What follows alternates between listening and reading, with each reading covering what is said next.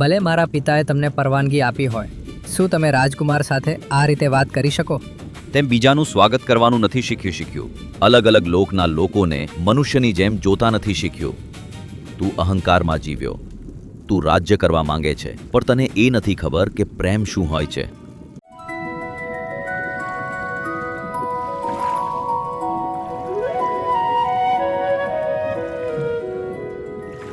મહારાજ, યુવરાજ નાગવર્ધન આજે પ્રજાપાલનની પરીક્ષામાં ઉત્તીર્ણ થયા છે.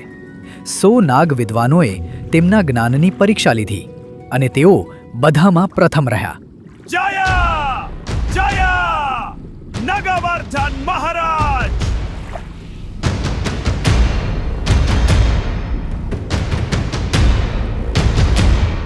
નાગવર્ધન, એ દિવસ નજીક છે જ્યારે તું આ સિંહાસન સંભાળીશ.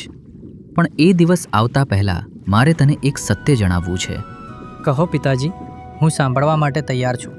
નાગલોકની શક્તિ રાજામાં નથી હોતી, સેનામાં નથી હોતી, મણીઓમાં નથી હોતી. એ શક્તિ પ્રેમમાં હોય છે. જ્યારે તને કોઈ એવું હૃદય મળે જે તને તારા અસલી સ્વરૂપમાં સ્વીકારે, ત્યારે જ તું સાચો રાજા બનીશ. પિતાજી, કામાક્ષી મને પ્રેમ કરે છે. નાગલોકમાં દરેક મને ચાહે છે. જે પ્રેમની તમે વાત કરો છો તે તો મારી પાસે પહેલેથી જ છે ને? તને લાગે છે કે એ પ્રેમ તારી પાસે છે પુત્ર? લાગવું અલગ વાત છે અને હોવું અલગ. આજની પરીક્ષામાં તમે સૌથી આગળ રહ્યા. આખો નાગલોક તમારા વિશે વાત કરી રહ્યો છે. એ તો સહજ છે. હું યુવરાજ છું. ઓછું હોય તો અપ્રતિષ્ઠા ગણાય ને? શું તમને ડર નથી લાગતો કે એક દિવસ તમે રાજા બનશો અને જવાબદારીઓ બહુ વધી જશે? ડર? મને એ શબ્દનો અર્થ નથી ખબર કામાક્ષી. હું નાગવર્ધન છું. નાગલોકનો રાજા બનીશ. એ મારો જન્મસિદ્ધ અધિકાર છે. જન્મસિદ્ધ અધિકાર? પણ રાજકુમાર, રાજ્ય માત્ર અધિકારથી તો નથી ચાલતું. તું બહુ ઓછું બોલે છે કામાક્ષી, પણ ક્યારેક ખોટું નથી બોલતી. એટલે જ હું તને પસંદ કરું છું.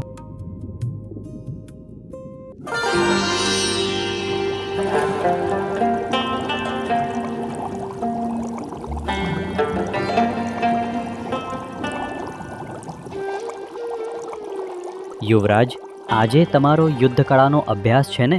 અહીં શું કરી રહ્યા છો? ગુરુદેવ, આ પ્રાચીન ગ્રંથમાં ભૂલુક પૃથ્વી વિશે ઘણું લખ્યું છે. શું તેઓ આપણા વિશે જાણે છે? કેટલાક લોકોને ખબર છે. તેઓ માને છે કે નદીઓ, સરોવરો અને પહાડોમાં નાગ રહે છે. કેટલાક પૂજા કરે છે તો કેટલાક ડરે છે.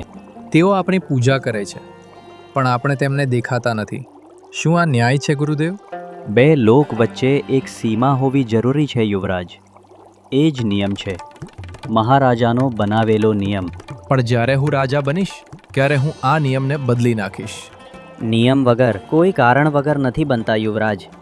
સાવધ રહેજો.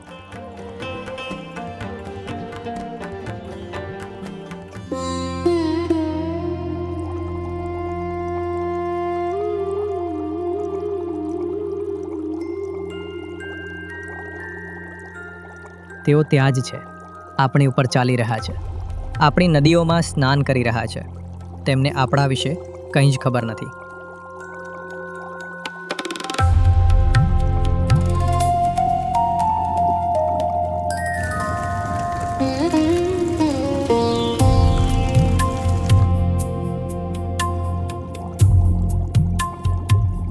યુવરાજ, આ મંદિરમાં કોઈ છે? તમે અંદર ન જશો. હું જાઉં છું, તું બહાર જ રહેજે.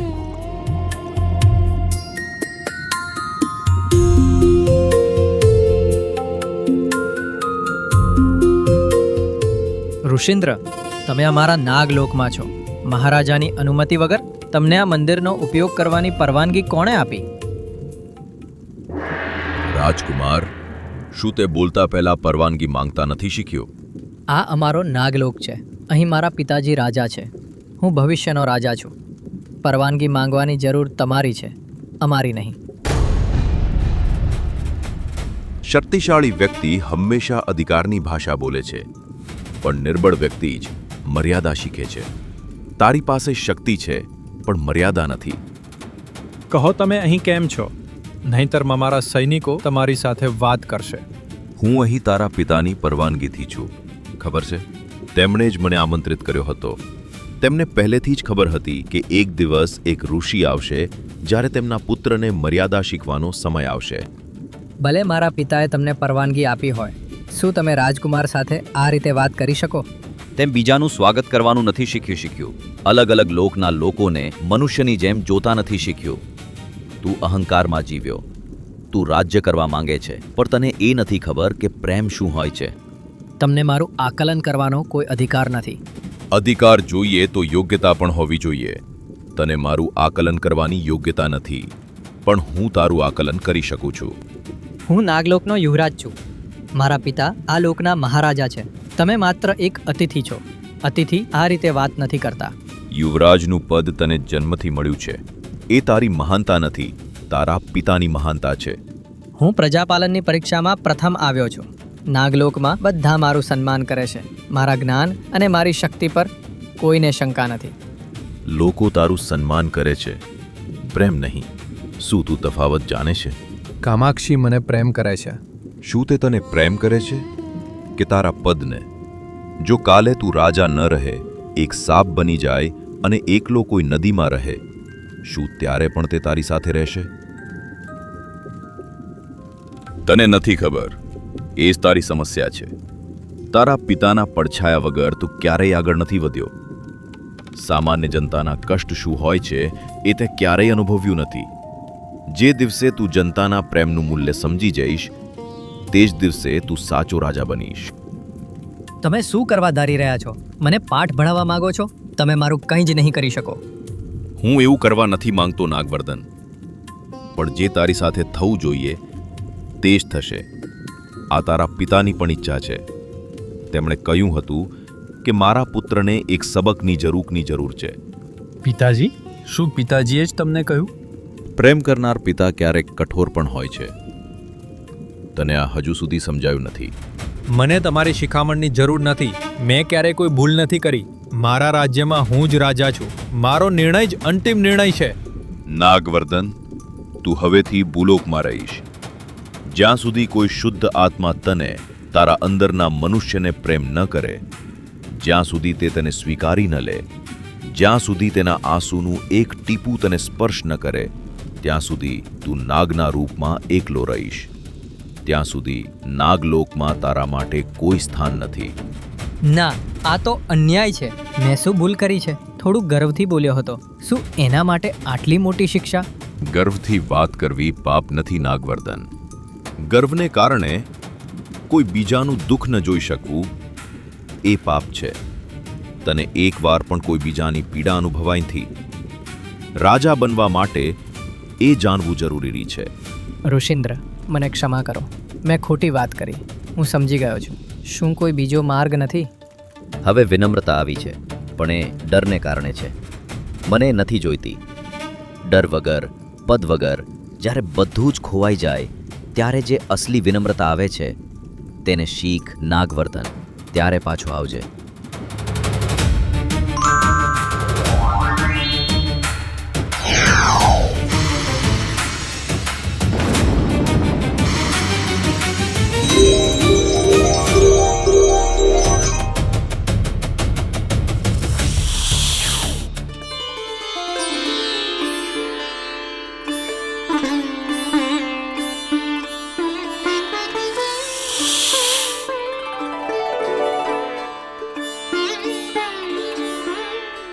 કદાચ આ જ ભૂલોક છે.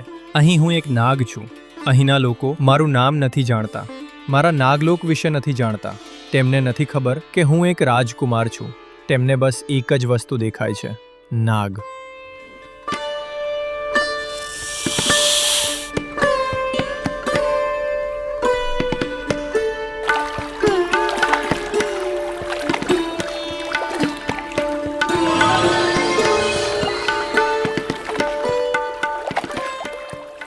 મહારાજ, યુવરાજ ક્યાંય દેખાતા નથી. અમે રાતથી તેમને શોધી રહ્યા છીએ. શોધીશ નહીં. જે થવાનું છે તે થઈ ચૂક્યું છે. ઋષિ દુર્વાસા. મેં જ તેમને બુર્વાસાને બોલાવ્યા હતા, જેથી મારા પુત્રને જીવનનો એક પાઠ મળી શકે. હવે તે ક્યાંક એકલો છે. રાજા બનતા શીખી રહ્યો છે.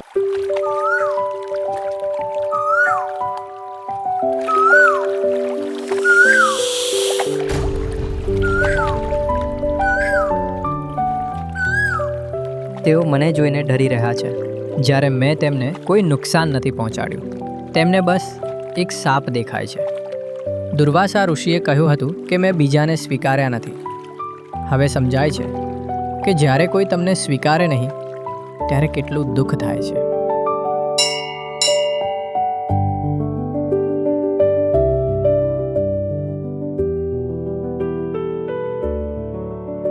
નાગલિંગેશ્વર, મારો દીકરો બહુ બીમાર છે. હકીમ પણ કંઈ કરી શકતા નથી. હવે તારો જ સહારો છે. તું જ આની રક્ષા કર.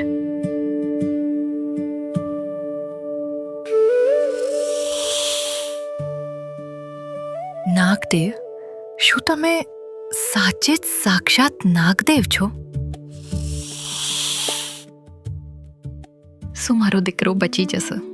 તે મને જોઈને ભાગી નહીં. તેણે મને દેવ માનીને પૂજા કરી. હવે મને સમજાયું, મનુષ્યને મનુષ્યની જરૂર છે, સાપને સાપની. પણ જ્યારે કોઈ એકલું હોય ત્યારે દરેકને એક સાથની જરૂર હોય છે.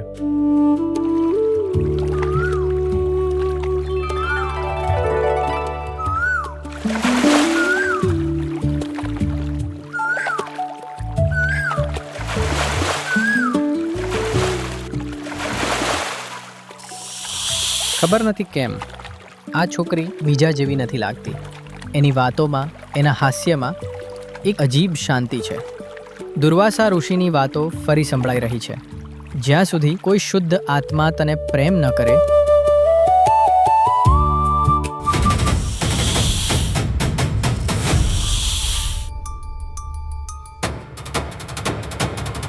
અનામિકા, ભાગ! એ નાગ છે. ડરતી નહીં. હું તને કોઈ નુકસાન નહીં પહોંચાડું. તું બોલી રહ્યો છે? હા, હું બોલી શકું છું. મને તારી પાસેથી એક વચન જોઈએ. તારે મારી સાથે લગ્ન કરીને મારા નાગલોકની મહારાણી બનીને આવવું પડશે. જો તું માનીશ તો જ હું અહીંથી હટીશ. તું એક સાપ સાથે લગ્ન કરવાનું કહી રહ્યો છે? ઠીક છે, જેવી તારી ઈચ્છા. પહેલા મને મારા કપડાં આપી દે. મારા ભાઈઓ આવી ગયા તો તને મારી નાખશે.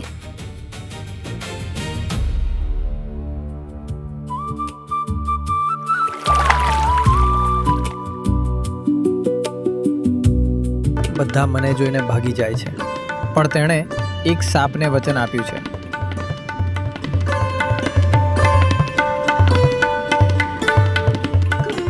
યુવરાજ, શું તમે પાછા આવી ગયા? 10 વર્ષ ભૂલોકમાં રહ્યો છું.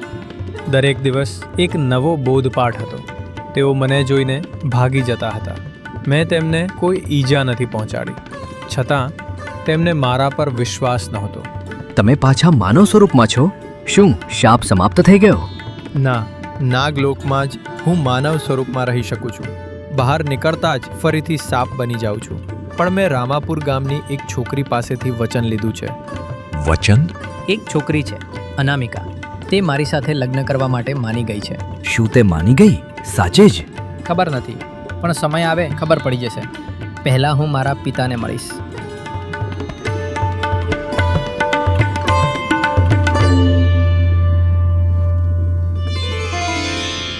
પિતાજી, મેં અહંકારમાં વર્તન કર્યું. મારે દુર્વાસા ઋષિ સાથે એવું નહોતું બોલવું જોઈતું. શું તેમના આવવાનું કારણ તમે જ હતા? મને વિશ્વાસ હતો કે જે પાઠ હું ન શીખવી શક્યો તે એક ગુરુ શીખવશે. શું મેં કોઈ ભૂલ કરી? ના, 10 વર્ષ ભૂલુકમાં રહ્યો. દરરોજ કંઈક ને કંઈક શીખ્યો.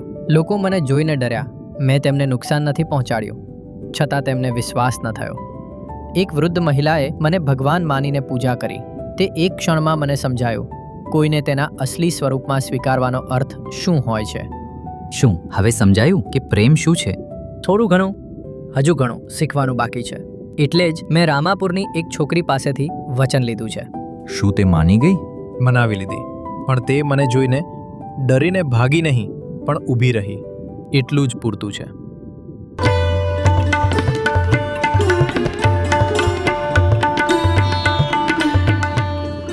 તમે પાછા આવી ગયા યુવરાજ. 10 વર્ષ મેં પ્રતીક્ષા કરી છે. કામાક્ષી, સાંભળ્યું છે કે તમે કોઈ છોકરી પાસેથી વચન લીધું છે. શું તે તમારા માટે યોગ્ય છે? ખબર નથી, પણ દુર્વાસા ઋષિએ કહ્યું હતું કે શાપ માત્ર તેના જ માધ્યમથી સમાપ્ત થશે. તો પછી એ જ થવું જોઈએ. તમારું નાગલોકનો રાજા બનવું જ સૌથી મહત્વનું છે. જાઓ, હું પ્રાર્થના કરું છું કે તમારો શાપ મટી જાય.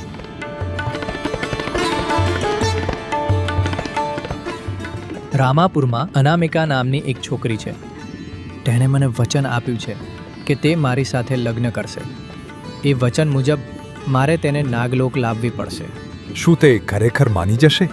તે પોતાનું વચન તોડનારી છોકરી નથી. મેં તેના પરિવાર વિશે સાંભળ્યું છે. તેમના વંશમાં વચનનું ઘણું મહત્વ છે. શું તેનો પરિવાર માનશે? મનુષ્યોનું કંઈ નક્કી નહીં યુવરાજ. તેઓ ક્યારે બદલાઈ જાય? તેનું મન નહીં બદલાય. ખબર નથી કેમ, પણ મને વિશ્વાસ છે.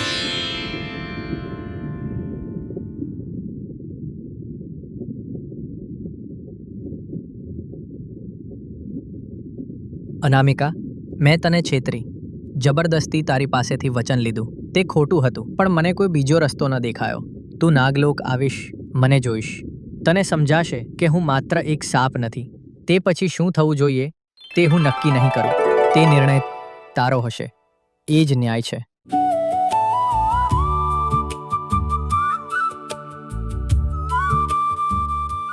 એક સાપે મારી સાથે વાત કરી, નાગલોક વિશે જણાવ્યું. મેં તેને વચન આપ્યું છે. હવે હું પાછી ન હટી શકું. તેની આંખોમાં બહુ દર્દ હતું. તે પોતાનું વચન નહીં તોડે, પણ જો તે નાગલોક આવે તો પોતાની ઈચ્છાથી આવે. એવું થશે કે નહીં મને નથી ખબર.